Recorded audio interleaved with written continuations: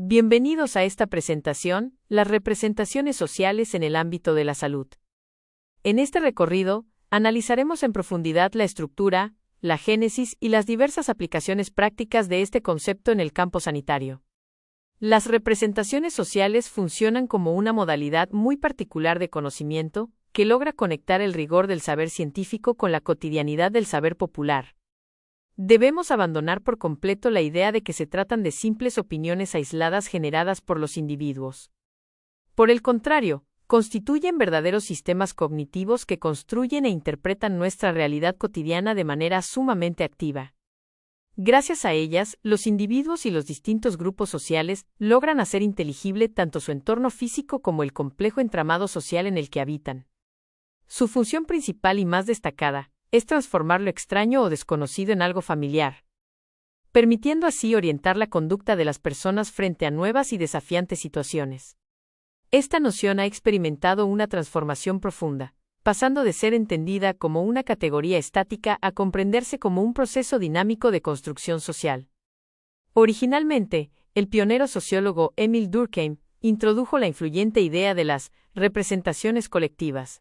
Para Durkheim, estas representaciones eran concebidas como entidades estáticas, de carácter universal, que se imponían externamente a los individuos con el fin supremo de preservar los nexos en las sociedades tradicionales. Posteriormente, el pensador Serge Moscovici revolucionó este campo de estudio al proponer el término de representaciones sociales. Moscovici argumentó sólidamente que estas son dinámicas, se generan mediante la constante interacción humana, y resultan muy específicas de las sociedades modernas caracterizadas por un alto flujo de información y comunicación. Este es el complejo proceso mental, mediante el cual logramos materializar conceptos sumamente abstractos, convirtiéndolos en esquemas mentales concretos. La objetivación se desarrolla a través de 3 fases consecutivas y muy bien definidas por la teoría. La primera etapa es la selección y descontextualización, donde las personas se apropian de ciertos elementos del discurso científico formal, separándolos por completo de su origen teórico. En segundo lugar, ocurre la formación del núcleo figurativo, que consiste en la construcción de una imagen gráfica, visual y fácilmente accesible del concepto original. Finalmente, se produce la naturalización, una fase culminante donde los elementos abstractos se transforman en una realidad tangible para el sujeto, quien llega a olvidar por completo que dicha realidad fue inicialmente una construcción social. El segundo pilar estructural en la formación de este conocimiento comunitario es el mecanismo denominado anclaje. Podemos definirlo como un profundo proceso de enraizamiento social que se encarga de incorporar activamente la nueva información dentro de categorías y esquemas preexistentes en la mente humana. El anclaje cumple una función de interpretación vital, proporcionando un marco de referencia robusto para poder evaluar y dar un sentido coherente a los acontecimientos cotidianos. Paralelamente, actúa como una herramienta de orientación insustituible que sirve de guía directa para la conducta y la práctica social del individuo frente a un fenómeno novedoso. Además, garantiza una adecuada integración cognitiva en la mente colectiva del grupo afectado. Esto significa que facilita la inserción armónica de los conocimientos recién adquiridos dentro de los sistemas de pensamiento más antiguos y arraigados de la comunidad. Al aplicar celosamente estas teorías al ámbito sanitario, encontramos 2 grandes perspectivas de análisis en salud que resultan sumamente complementarias. El estudio profundo de las representaciones sociales nos permite facilitar la necesaria transición desde un modelo puramente hegemónico hacia uno verdaderamente centrado en la experiencia vivida del sujeto enfermo. Por un lado, contamos con la perspectiva ética, la cual representa una visión netamente analítica desde afuera del problema. Esta postura externa se encuentra fuertemente centrada en el modelo biomédico tradicional y busca siempre la rigurosa validación científica de todos los fenómenos.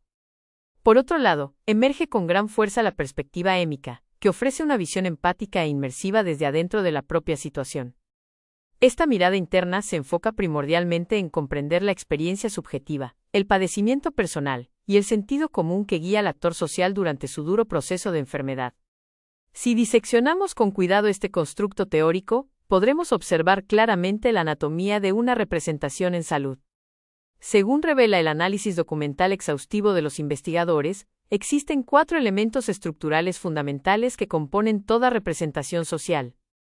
El primer componente esencial es la actitud, definida como la orientación global, ya sea marcadamente positiva o negativa, que un grupo adopta frente a un objeto de salud específico, como podrían ser las campañas de vacunas.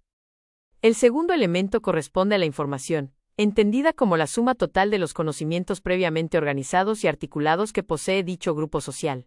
El tercer pilar innegable es el campo de representación, que establece una jerarquía estructurada de ideas, valores y creencias en torno al tema principal. Finalmente, el cuarto elemento son los estereotipos, que operan siempre como categorizaciones extremadamente rígidas e inflexibles.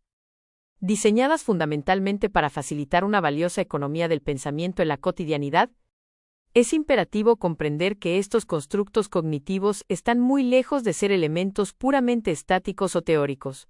Por el contrario, poseen funciones pragmáticas vitales en nuestro día a día. Las representaciones sociales no son entidades pasivas bajo ninguna circunstancia, ya que cumplen roles esenciales y activos en todo el contexto de la gestión sanitaria. En primer término, ejercen una función de conocimiento innegable que facilita enormemente a los profesionales la comprensión cabal de la compleja realidad que vive el paciente. En segundo lugar, desempeñan una sólida función de identidad al definir y consolidar los valores propios del grupo humano cuando debe enfrentar la adversidad de una epidemia o enfermedad. Como tercer aspecto, encontramos la función de orientación, la cual resulta absolutamente determinante para establecer las prácticas de cuidado y dirigir la búsqueda activa de tratamientos médicos adecuados. Por último, ejecutan una indispensable labor de justificación, que sirve para validar y respaldar las posturas, decisiones y conductas masivas adoptadas por la población durante las grandes crisis sanitarias. Para estudiar estos complejos fenómenos con el rigor científico que merecen, la Academia ha desarrollado protocolos de investigación metodológica sumamente precisos. Los expertos coinciden unánimemente en que un abordaje verdaderamente integral y completo requiere obligatoriamente la combinación sistemática de dos enfoques analíticos complementarios. El primer gran pilar metodológico es el enfoque estructural, cuyo objetivo primordial consiste en buscar y aislar el denominado núcleo central inamovible de la representación. Para lograr este objetivo, los investigadores emplean herramientas especializadas de alta precisión, tales como la recolección de extensos listados de palabras y la construcción cartográfica de complejas redes semánticas. El segundo pilar es el enfoque procesual, el cual se orienta incansablemente a buscar la génesis, la constante evolución y la historia viva que late detrás de cada creencia comunitaria. Las herramientas privilegiadas para esta delicada labor investigativa incluyen el desarrollo de entrevistas narrativas profundas y la organización estratégica de grupos focales interactivos.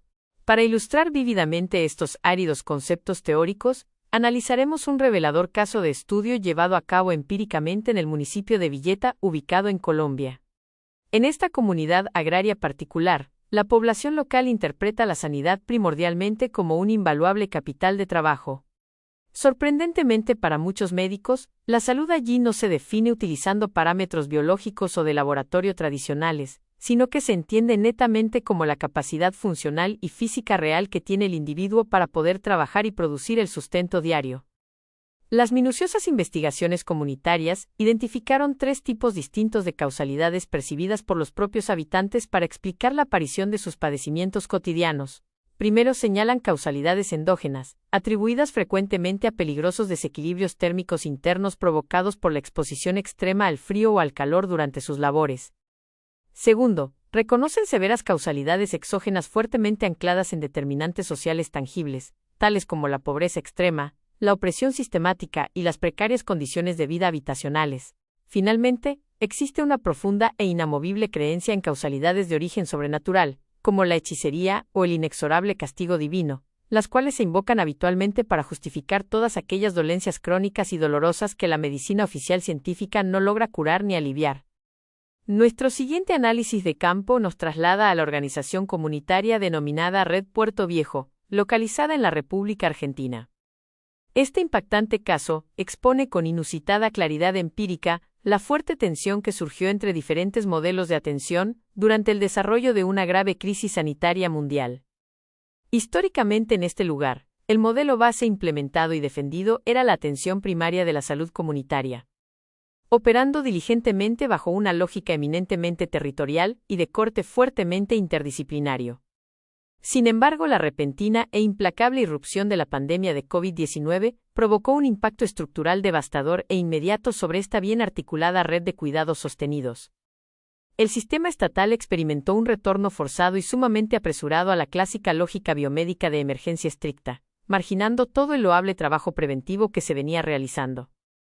La grave y triste consecuencia de esta directriz vertical fue la total obstaculización de las valiosas prácticas comunitarias solidarias previas, propiciando al mismo tiempo la peligrosa validación de un modelo hegemónico de atención que resultó ser marcadamente manicomial y de carácter hospitalocéntrico. El equipo investigador a cargo logró conformar una nutrida muestra representativa que estuvo compuesta por un total de 110 individuos, abarcando de forma equilibrada tanto a experimentados trabajadores de atención primaria como a jóvenes y entusiastas estudiantes del sector médico. Los refinados instrumentos metodológicos que fueron seleccionados para efectuar esta pesquisa incluyeron la probada técnica de asociación libre de palabras combinada de forma armónica con la aplicación de entrevistas estructuradas a nivel de profundidad. El propósito central e insoslayable de los analistas en este proyecto consistía en someter a una rigurosa prueba una hipótesis investigativa fundamental y sumamente provocadora en todo el campo sociosanitario. Querían determinar de forma científica y fehaciente si el conocimiento que maneja habitualmente el experto clínico profesional difiere de manera sustancial del sentido común arraigado en la población general que no pertenece de forma alguna al prestigioso gremio médico. En muy clara y evidente contraposición, los preocupantes resultados obtenidos respecto al núcleo conceptual de la palabra enfermedad revelaron un panorama cognitivo marcadamente más sombrío entre todos los encuestados. Durante la investigación se evidenció sin lugar a dudas la prevalencia casi absoluta de una visión profundamente pesimista que se encuentra estrechamente y de forma alarmante asociada a factores como la temida cronicidad médica y la abrupta pérdida de la necesaria estabilidad existencial del paciente.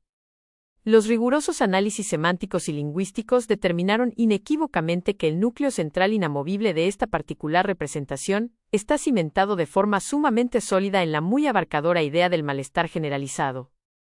Este penetrante malestar central se manifiesta cotidianamente en la clínica, a través de sensaciones que son descritas por los sujetos enfermos como un desequilibrio corporal crónico, un dolor físico insoportable y agudo, y una sensación de insatisfacción vital de carácter permanente.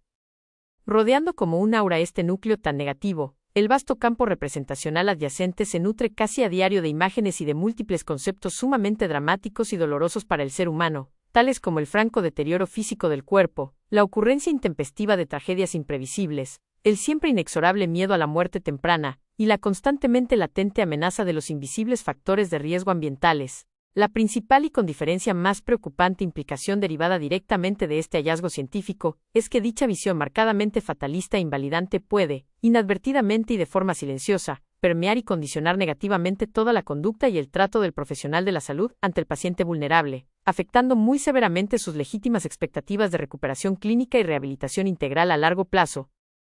La teoría de las representaciones sociales nos dice que la enfermedad jamás es únicamente una sencilla avería mecánica u orgánica reparable mediante una pastilla o bisturí. Es también, y de manera muy fundamental, un complejo e intrincado sistema existencial humano cargado de profundos valores familiares y de densos significados culturales heredados de generación en generación.